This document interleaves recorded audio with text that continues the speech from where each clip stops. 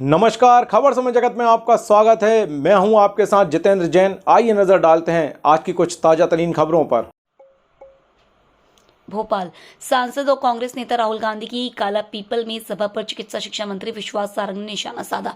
सारंग ने कहा कि राहुल गांधी की सभा नुक्कड़ सभा थी। सारंग ने कहा, कांग्रेस का ये प्रोपोगेंडा था। हमने सोचा था कि कांग्रेस की सार्थक सभा होगी, लेकिन राहुल गांधी नुक्कड़ सभा बनाने में रिकॉर्ड कर रहे हैं। उन्होंने कहा कि सभी को उम्मीद थी कि राहुल मजदूर, किसान, युवा से वादा पूरा न करने को लेकर माफी मांगेंगे। राहुल गांधी ने कर्ज माफी न होने, युवाओं को बेरोजगारी भत्ता न देने, महिलाओं, मीडिया और सनातन का अपमान करने पर माफी नहीं मांगी। ओबीसी आरक्षण को लेकर उन्होंने कांग्रेस पर आरोप लगाया और कहा कि कांग्रेस की वजह से ओबीसी आरक्षण रुका रहा। उनकी लोकसभा सदस्यता ओबीसी के अपमान के कारण गई थी। सदस्यता कोर्ट ने वापस ली थी। सारंग ने कहा कि मध्य प्रदेश में उमा भारती, बाबूलाल गौर और शिवराज सिंह चौहान ओबीसी मुख्यमंत्री रहे। वहीं सारंग ने तंज कसते हुए कहा कि राहुल चुनावी स्क्रिप्ट पढ़कर चले गए। कांग्रेस झूठ और फरेब की राजनीति मध्य प्रदेश में करना चाहती है। पब्लिसिटी की थी और प्रोपेगेंडा किया था। हमें लगता था कि एक बहुत ही सार्थक सभा कांग्रेस शायद यहाँ आयोजित करेगी। गाहे बगाए हम कह सकते हैं कि इस चुनाव में ये कांग्रेस की बड़े नेता की चुनाव की तैयारी की पहली सभा थी।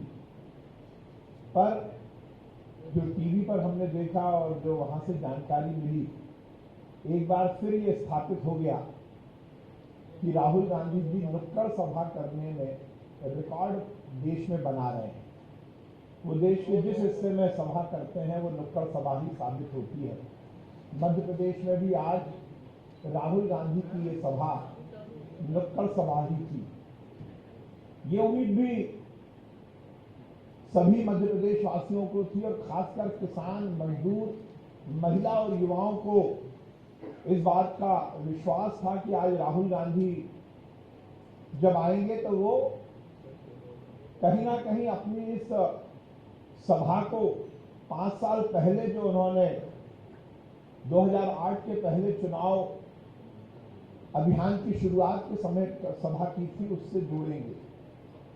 आप सबको याद होगा 2018 में राहुल गांधी जी जब मध्य प्रदेश आए थे, इसी तरह की नुक्कड़ सभा उन्होंने की थी और उसमें उन्होंने कुर्ते की बाहें उठा उठाकर बहुत सारी बातें मध्य प्रदेश की जनता से की थी, बहुत सारे वादे किए थे। वादा था किसान का 2 लाख का कर्जा माफ करने का।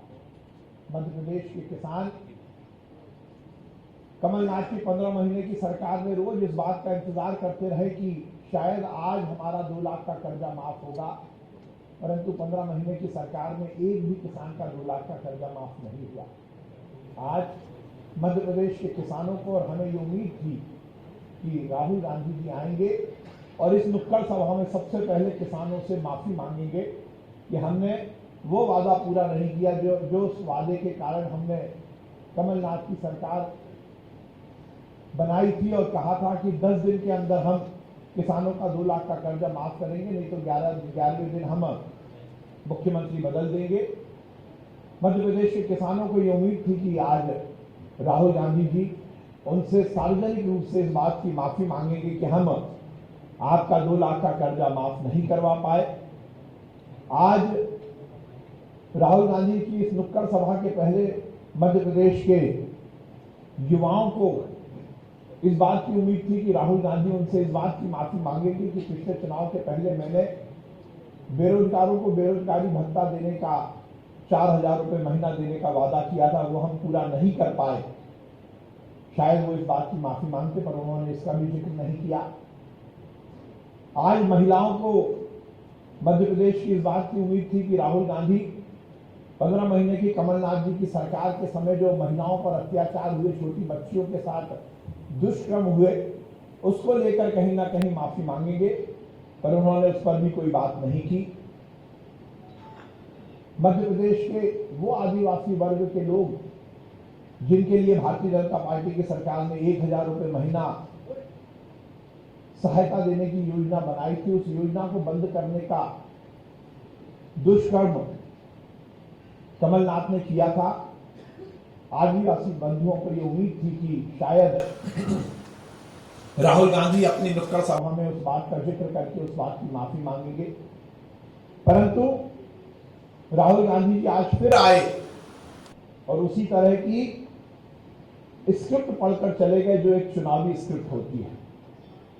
उन्होंने 15 महीने की कांग्रेस की भ्रष्टाचारी सरकार के बारे में नहीं बताई।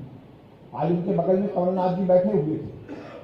उन्होंने महिलाओं के उत्पीड़न की बात की, उन्होंने भ्रष्टाचार से संबंधित इधर उधर की बातें की, परंतु करप्शन नाथ कमलनाथ का नाम क्यों पड़ा इस बारे में राहुल गांधी ने कुछ भी नहीं कहा। निश्चित रूप से राहुल गांधी जी ने आज जो सभा की उसमें मध्य प्रदेश में एक बार पुनः ये बात स्थापित हो गई कि कांग्रेस झूठ और फरेब की राजनीति को मध्य प्रदेश में स्थापित करना चाहती है।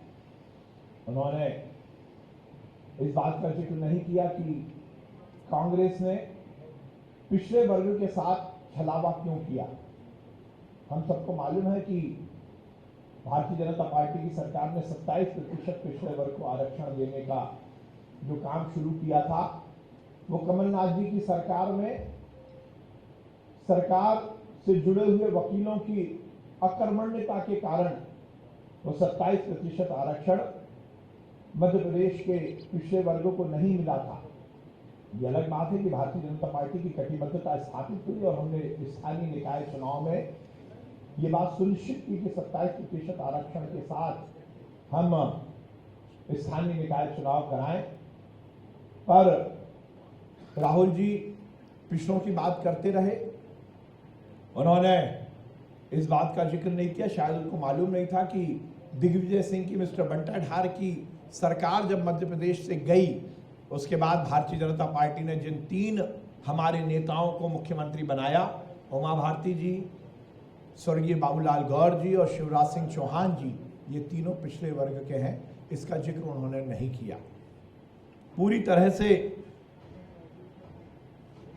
राहुल गांधी जी की नुक्कड़ सभा झूठ और फरेब पर आधारित थी। उन्होंने स्वयं पिछड़ों की बात तो की, पर उन्होंने इस बात का जिक्र नहीं किया कि उनकी लोकसभा की सदस्यता पिछड़े वर्ग का अपमान करने के कारण ही गई थी और वो भी जो सदस्यता छीनी गई थी वो कोर्ट द्वारा छीनी गई। उन्होंने इस नुक्कड़ सभा में भारतीय जनता पार्टी पर इस बात का इल्जाम लगाया कि उनकी लोकसभा की सदस्यता छीन ली गई, जबकि भारतीय जनता पार्टी की सरकार का इसका कोई लेना देना नहीं था। यदि उनकी सदस्यता गई थी तो केवल और केवल पिछले वर्ग के अपमान के कारण गई। खबर समय जगत के लिए संवाददाता आदित्य सराठे की report. For latest news, subscribe to our channel and press the bell icon.